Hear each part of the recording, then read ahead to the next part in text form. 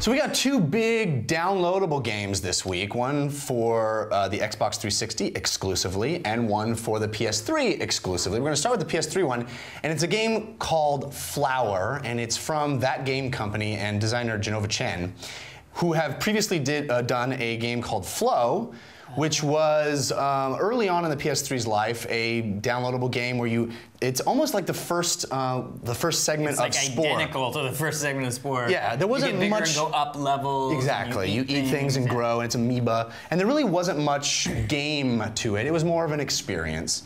And Flower is similar in the sense that it's very much about the experience, but they add a little more game to it. There's a little more objective-based stuff. You basically play as the wind, and you fly through these gorgeous outdoor lush environments, well, sometimes lush, although I would hesitate if, let's not spoil the less. Sure, spoily pants. The what? I haven't spoiled anything. Okay. The what level? The last few levels. Oh, okay. Yeah. Anyway, you fly, you're the wind, and you fly by these little flower pods, and as you pop them open, petals get on your wind stream, and your petals. All of this sounds sexual. I'm not gonna. your petal trail gets longer, and you gain speed. He's doing it himself. Your pistol goes in. No. The stamen. Yes. John Stamos. All right. It's all the same. Yeah. So anyway, it's very reminiscent of a Centipede / Pac-Man type game, but done in this gorgeous 3D thing. So to steal a phrase from my friends over at the Listen Up podcast, this game is awesome. How awesome is this game? Trey awesome, sir.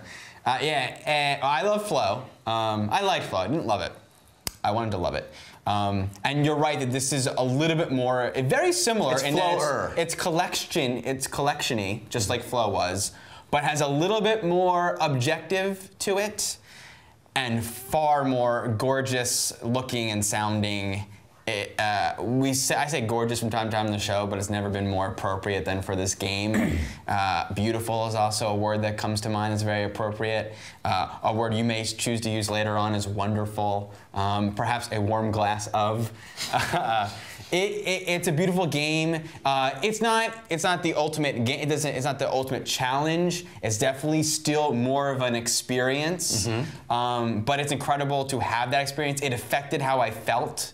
I played it. I beat it, and I played it more because I just wanted to have that. One of the big things experience. that I didn't even mention in describing the game is it's controlled completely with the 6-axis controller, and that's a big deal. Yeah. You push a button to accelerate, but any button will do for that. So and you control the entire thing with the 6-axis controller. It's a game that is the video game equivalent to the movie Baraka.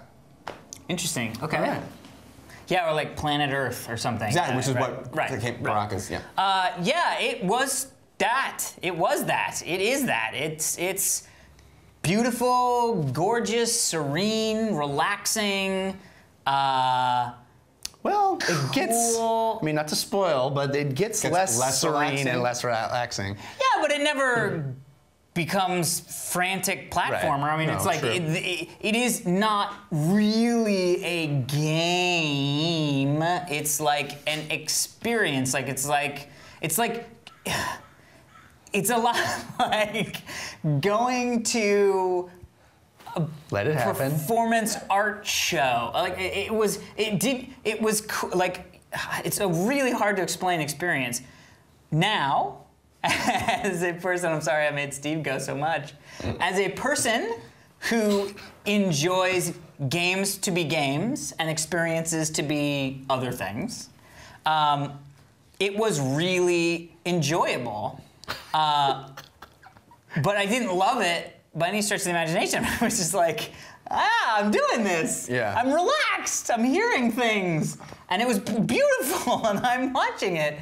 And then it was over, and I was like, it's over. Didn't you think there were moments of not relaxing, though, that led to greater relax? Like, it was a little bit tense, and then it became beautiful again? Yes, which made... Like when a pistol goes in a stamen. Yes, I will say that the last level was the most satisfying flower popping. And then the end credits. The last level. And the end credits to me was just like, it's just another level. They just gave me another level, and I was just like, okay, I'll do this one too. But the action wasn't, the thing that you do to me wasn't enjoyable enough that really what it was, I could have taken this controller, and had I had the ability to just put it down and watch that same thing that I just did happen, I think I would have had just about as much of the same enjoyment. Well, I disagree with that. There's a thread in the forum right now that says, how much is Jeff going to love this game? And I will agree with the highest rated poll, which is that I think it's beautiful, wonderful. If the PS3 wasn't $400, I would say it's worth buying a PS3 for this game, which is a $10 game. And admittedly, very short. I finished it in one sitting.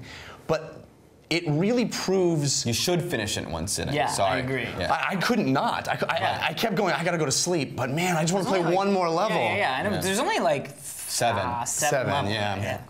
But it is such a wonderful experience that proves that video games can be so much more than what they have been.